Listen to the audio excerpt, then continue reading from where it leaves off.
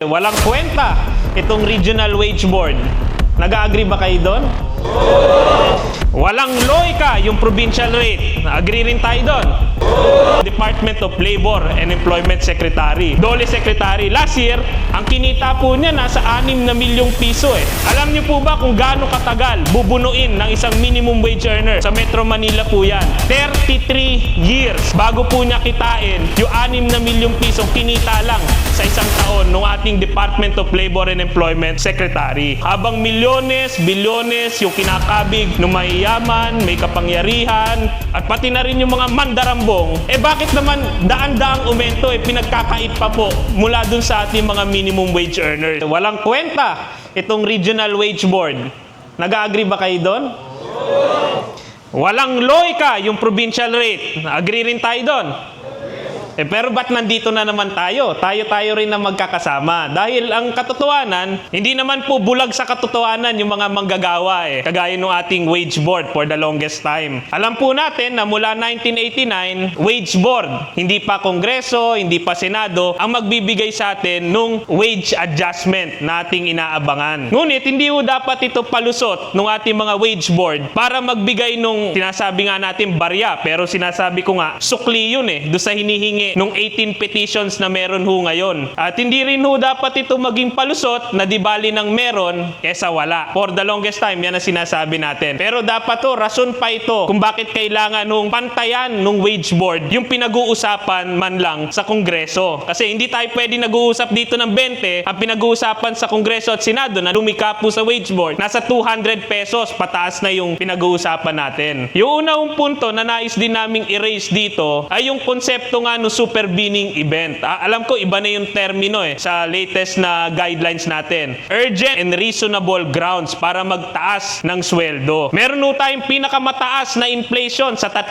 taon. Pinakamababang purchasing power sa loob ng 8 taon. Pero wala pa ring urgent daw at reasonable grounds para itaas kaagad ang sweldo. Mismong Pangulo na nga ang nagdeklare ng National Energy Emergency. For the first time sa kasaysayan ng Pilipinas, merong ganung emergency. Pero wala pa ring supervening event. Parang wala hong rason yun Kasi kung walang supervening event, kahit anong sabihin natin dito, ang iintay natin, July 18 pa na wage order. Kaya dapat ang aming panawagan, magkaroon ng supervening event para kagyat before July ay makakuha naman po ng aumento yung ating mga manggagawang minimum. Ito pong higit 5 milyong minimum wage earners, sila po yung pinakamababa, formally, ang kanilang sweldo, pero wala po sila sa kahit anong listahan dun sa mga ayudang ibinigay ho ng pamahalaan. Karamihan ho dyan, yung transport sector workers, nabigyan po natin yan ang pinrioritize natin. Pero yung ating higit 5 milyong minimum wage earners, kahit cost of living allowance hindi po natin sila nabigyan hanggang sa ngayon. Pangatlo yung 200 pesos ang hinihingi pa rin po as sinusuportahan din ng TUCP pataas sapagkat PSA na mismo ang nagsabi. Yung 695, kung 73 centavos na lang yung purchasing power, 500 plus pesos na lamang yung halaga po niya.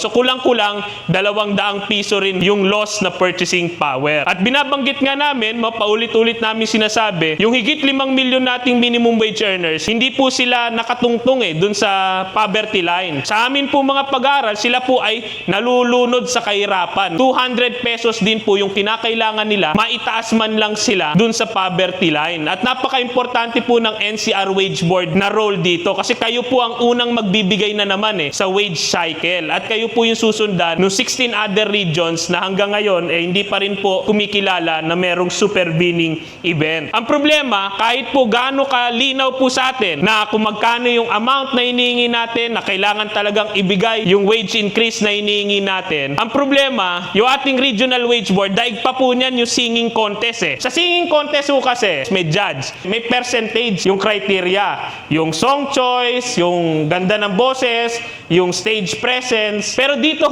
may 10 criteria silang binagbabatayan. Nakalagay yan sa batas 6727/1989. Pero hanggang ngayon po, ni isang wage order nila, walang nagdetalye kung paano ba nila pinag-isipan yung 10 criteria po na yon. Yung isang criteria na nga lang puntahan natin, yung living wage. Hanggang ngayon, ni isang wage order, walang bumanggit ng living wage. Almost 40 years na nakalagay yung living wage sa Constitution. Ang minimum wage natin natin, kalahati lang nung living wage. Lahat po sa atin dito, baka wala na kung another 50 years bago yung living wage ay talagang yun ang maging minimum wage natin. Kaya kung meron nga hun lumapastangan dun sa saligang batas, kung meron ho talagang pinaka nagtaksil dun sa tiwala ng taong bayan na ginamit niya dun sa 6727, unfortunately, ito po yung ating Regional Wage Board. At ngayon po, binibigyan ho natin sila ng tsansa na sana po ngayon makinig sila, although duda na rin po tayo kasi kung 37 years na silang di nakikinig, bakit naman magbabago sila ng isip? Kaya kami po,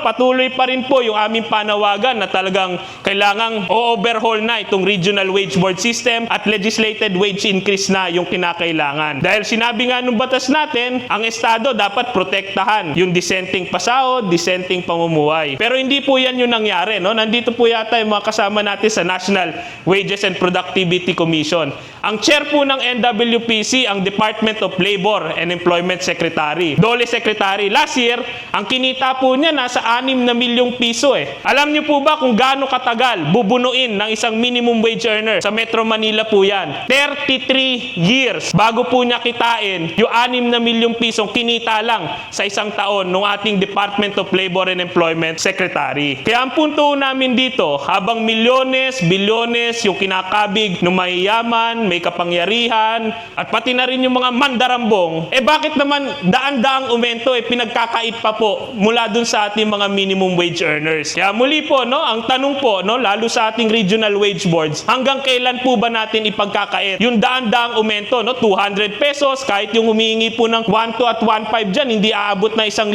yung hinihingi nilang aumento Daan-daan lang po yung aumentong kanilang hinihingi. Kaya sana po, muli, sa pagbabalik nung susunod na public hearing, sana po, ang hinihingi po ng ating mga kababayan, wag po tayo ulit magbulahan doon, tapos magbabaratan lang tayo sa dulo. Ibigay po natin yung talagang kinakailangan, yung karapatan po ng ating mga manggagawa.